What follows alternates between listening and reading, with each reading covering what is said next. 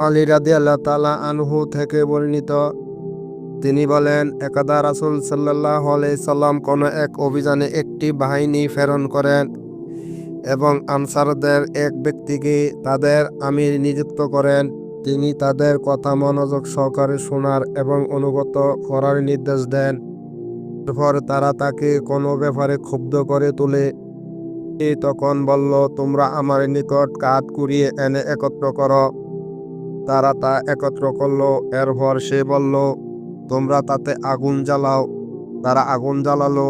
সে বলল, রাসূল সাল্লাল্লাহু আলাইহি সাল্লাম কি তোমাদেরকে কথা শোনার এবং অনুগত করার নির্দেশ দেননি? তারা বলল, হ্যাঁ। সে বলল, এখন তোমরা আগুনে ঝাঁপ দাও।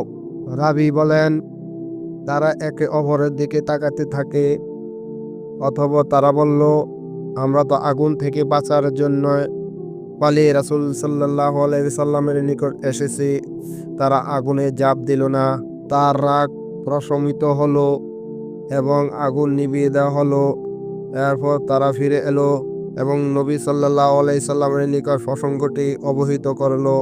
তখন তিনি বলেন, তারা যদি আগুনে ঝাঁপ দিত তাহলে তারা কখনো বের হতে পারত না।